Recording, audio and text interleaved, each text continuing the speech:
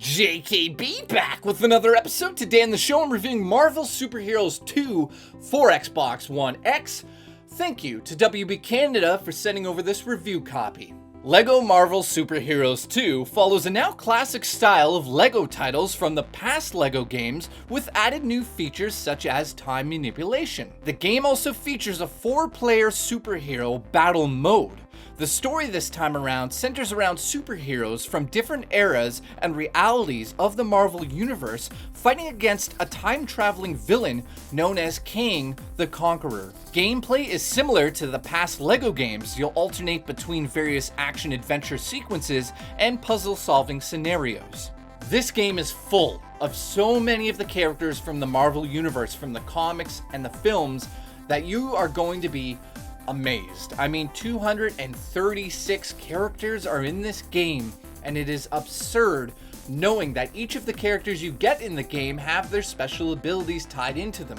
Now, visually speaking, they're kind of tied into the films. So Iron Man looks like Iron Man from the film. The Guardians of the Galaxy act like the Guardians of the Galaxy from the film. Now, the voice acting, however, is not exactly the same as the film, of course. So that is something you'll need to get used to. Now, visually speaking, it looks stunning. The characters are the best they've ever looked in a LEGO game.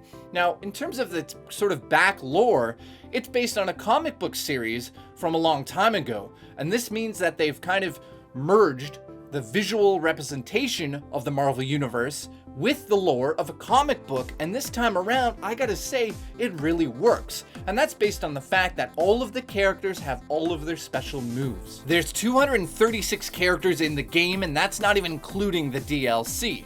It also features the biggest hub world of any of the LEGO games. The game also features new pink bricks instead of the usual red bricks, and what they've decided to do here is replace Deadpool with Gwenpool, and now you find things known as Gwenpool chambers, and in the chambers are where you're going to unlock these new pink bricks.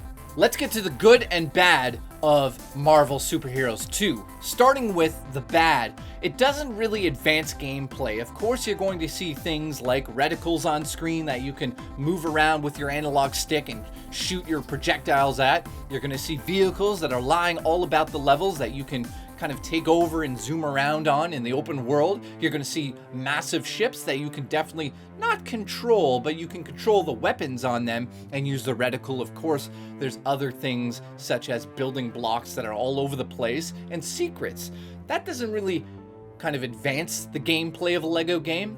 So I'm going to say that it's kind of a disappointment that there's nothing above what we've seen in the past.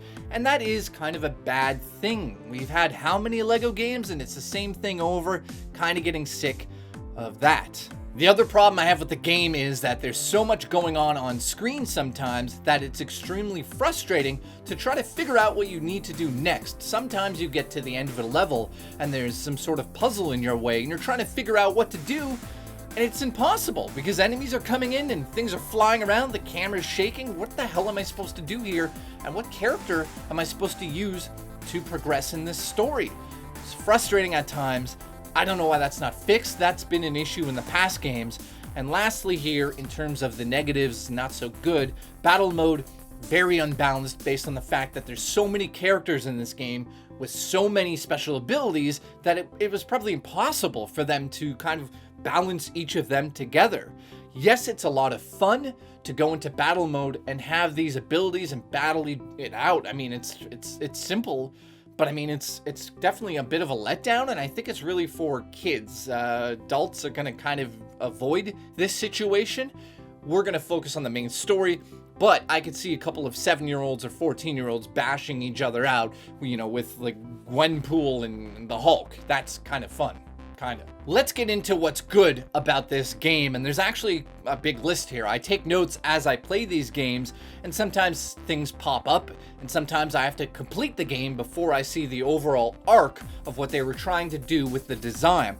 And starting with the story here, it's very lighthearted, which is something that, you know, might put some people off, but I mean, LEGO games are not really aimed at 36-year-olds, but they aren't. That's the tricky part about a game like this. How do you make a game that serves everybody?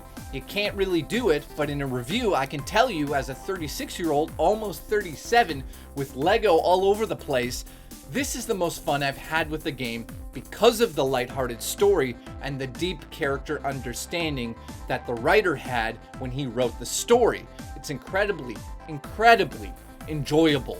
It is so charming that it just gets into you. And then we move on to the giant theme park world that's introduced as sort of the main hub of the game, which is absolutely crazy to walk around. That's one of the things that you kind of dream about a Lego game. I want to be able to go into an open world, and they tried that on the Wii U game, whatever that was called, Lego City Crapola, I don't know what it was, but this time around, with this amount of characters mixed in with a great story, with an open environment that is kind of like a theme park because there's so much to do, you're gonna have a blast with this thing. Next thing that I think is spectacular is the ridiculous amount of characters in this game with their superhero abilities. Now that's the most dedicated part of the game. They obviously went out there and studied these characters, and I mean 236 of them with special abilities. That is just insane to think about, and that is very impressive. So I want to give WB kind of a round of applause for that. I mean, what other game we can have that many characters with their special abilities? They act with the same mannerisms you know and love from the films and the comic books. They nailed it down. Even the voice acting, it might be shoddy at times. It might throw you off here and there because you're used to hearing Rocket Raccoon by Bradley Cooper in the film, but you gotta give them credit where credit is due. Amazing. Next up on the good list, it is that it's the best looking Lego game that's ever existed on my Xbox One X. I mean, it's not like it's getting close to the Lego movie standard, but I'm saying like in maybe a few more years on the Xbox One X, when they develop for the system, or PlayStation 4 Pro, we can get to like a level where it's almost as good as like a major Hollywood cartoon happening in front of you. It's getting very close to that, and I'm very excited for the future of that. Next up on the good list has to be the collecting. I mean, I love Diablo 3 because it's repetitive. I love games that are repetitive where I have to go back into the levels and collect things. And spoiler alert, small spoiler, Stan Lee does make a cameo in the game. And that's the first time you see one of these little secrets that you have to kind of figure out. This is full of collecting things and secrets and just such joy for you and your kids, or you and your girlfriend or boyfriend, or however you swing. It's should do a Spider-Man reference there. However you swing. Help me. Overall, I'm gonna give Marvel Superheroes an 8 out of 10. This is the best Lego game that I've ever played. It's simplistic, but it's addictive. It's heartwarming, but it's lighthearted. It has everything that you'd want out of a Lego game now, because it's based on the history of developing games for 20 years now.